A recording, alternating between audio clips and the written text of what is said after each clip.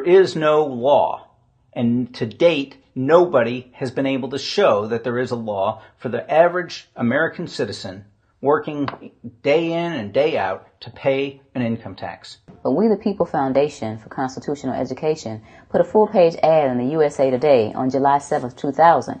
And within the body of that ad was a $50,000 challenge for anyone that could show the law.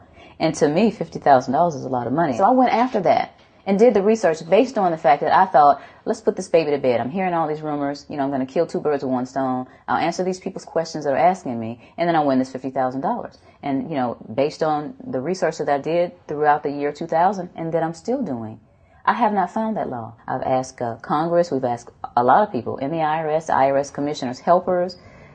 They can't answer, because if they answer, the American people are going to know that this whole thing is a fraud. There is no law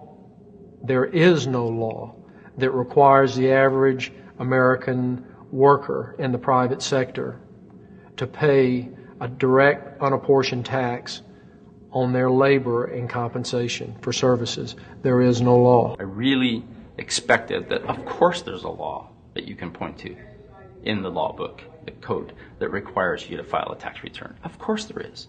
Maybe I don't know what it is right then as he was speaking to me, but sure. So naively, I agreed to go off and research it and get back to him.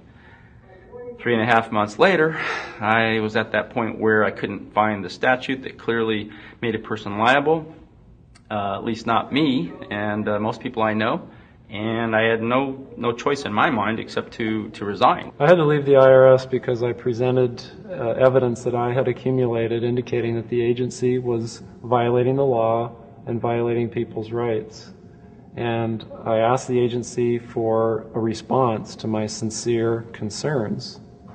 And the answer I got was that they would not respond to my concerns and that they would provide me with the paperwork necessary to tender my resignation. You can look through the statutes and look for the law that requires you to pay. And when you do that, you can't identify a law that requires the average person in America who earns a wage and works in private business to pay an income tax. American citizens, along with the foundation, have been asking the IRS to specifically provide them with the underlying legal foundation upon which they administer and enforce the personal income tax laws in our country. At the national level, when people would attempt to contact somebody of a much higher authority, say the commissioner, same kind of thing. They would get answers that were in effect non-answers. You have to understand that an agency which will unlawfully impose a tax that doesn't exist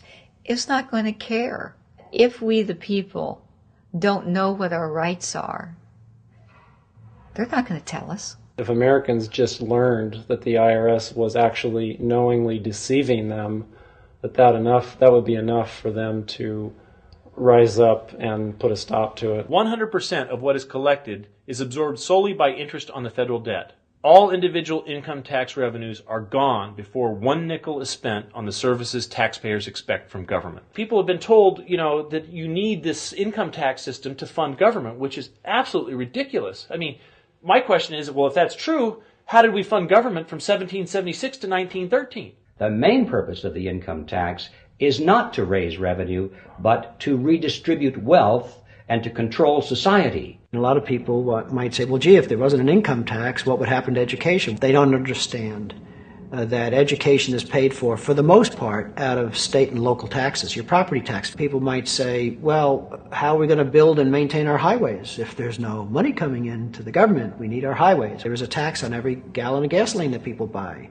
Proceeds from the income tax do not pay for highway construction. I believe that in both spirit and substance, our tax system has come to be un-American. Death and taxes may be inevitable, but unjust taxes are not. This small booklet includes the Constitution of the United States, the Bill of Rights, the Declaration of Independence. This is a document that every citizen should read. It's a document which freed an entire nation. This is the Internal Revenue Code, and this document, and the unlawful application of this document by the Internal Revenue Service has enslaved the nation that this document attempted to free.